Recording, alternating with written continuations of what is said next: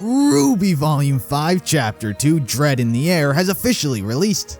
So let me break it down for you. So Watts arrives at Lionheart's office and takes him to see the seer so he can talk to Salem. Lionheart informs Salem of the Spring Maiden's whereabouts and that Crow and RWBY are in town. But if Salem wants to get the Spring Maiden, they need to hurry. So Salem's plans are now to have some of her people go over and convince and befriend Raven's tribe. Also, Watts needs to go get Tyrion a new tail, cause science. Meanwhile, with Weiss, she's still on the cargo ship, but her comm travel is abruptly interrupted by some people who are dying, and by dying, I mean they're killed. I feel as though that it's rare that we as the audience ever see the Grimm kill people. It's always alluded to that they kill people, but it's very rarely that on camera we see the Grimm actually kill someone. And these Lancers killed 2 people, minimum. That's more than we ever saw the Nuclevi on camera kill last season. Now, the next step with actually making the Grimm feel threatening is to see the person be killed. Just let the Grimm kill people on camera. They need a little boost in their scariness meter. But they manage to deal with the Lancers with the use of rocks, dust, and Weiss's night semblance, but the ship has sustained too much damage and crashes to an island below, where wouldn't you know it, Raven's tribe comes across her.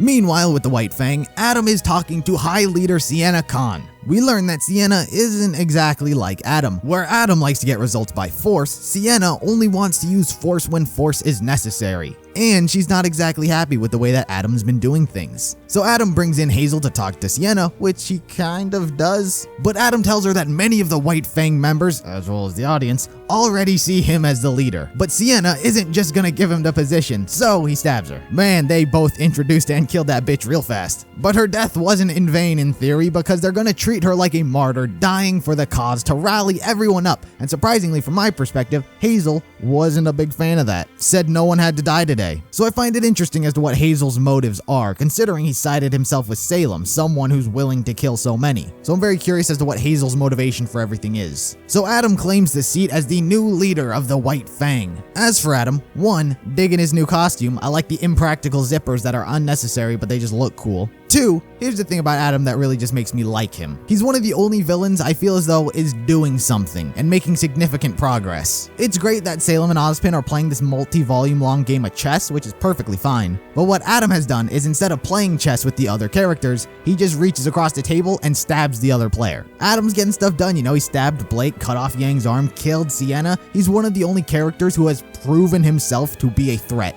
Like Tyrion was crazy, but all he did was act crazy, fight Crow, and get his tail cut off. And it seemed like a stroke of luck that he managed to poison Crow, but in the end, he didn't do any significant damage to any of the characters. Crow's fine now. Adam is like an actual immediate threat, which is what I like about him. Something I do wish were better with Adam, however, is his motivation, because as of right now, all it appears to be is he hates humans because Faunus are a better species. Right? He just thinks his race is better. That's what it appears to be to me, at least. Because actions are only a portion of what makes a good villain, right? Adam's already got actions down. But motivation is a key factor. If it's just that he hates humans because they suck, it's gonna be such a huge disappointment and a waste of Adam's character. We know why Ilya hates humans. If Adam were to equally have a reason to have gone on this crusade of his against the humans, then we could know which side of the fence to be on with his character. Is there any sympathy to be had with him? Were everyone he knew and loved slaughtered by humans because they were Faunus, or is he just a one-dimensional psychopath? Without proper motivation, I find it hard for myself to actually dislike Adam. Hating a character solely because they harm the characters you like is no reason to really dislike a character.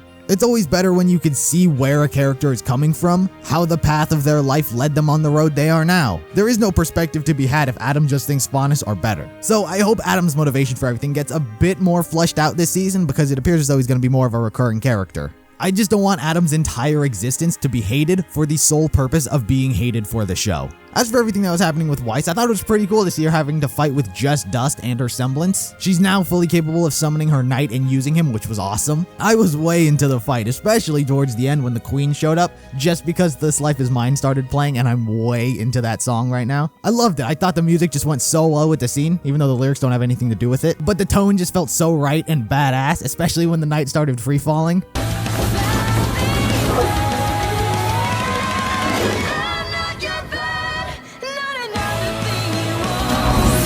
That's so badass. I genuinely enjoyed this sequence of events that Weiss went through this episode. As for her getting picked up by Raven, sure, why not? I guess that's a way for Yang and Weiss to meet up again. I mean, 3 of 4 paths now lead to Raven. I'm genuinely curious as to whether or not the writers are going to try and tie Blake's story into Raven's story as well. As for Lionheart, still very on the fence whether he's truly a bad guy or a coward. I mean, I would lean more so towards just coward as of now. You know, self-preservation, one of the biggest motivating factors in life. I mean, he's proven himself to be a lot slicker than he leads on to be. You know, even Salem said when she first met him he was a coward, but he's been nothing but brave since. I'm assuming that's a ruse he's been trying to put on, but it's still in the air. Watts, I thought I would like his character, and I was right, I do like his character. A bit witty, a bit of a smart ass, and voice actor bias is coming into play again. I fucking love Christopher Sabat. So it's like, yeah, you're a villain, but I like you way too much. But that was the episode. Be sure to let me know what you guys thought of it down in the comments below. Like the video if you liked it. Subscribe if you're interested in more content like this. Follow me on all social medias, and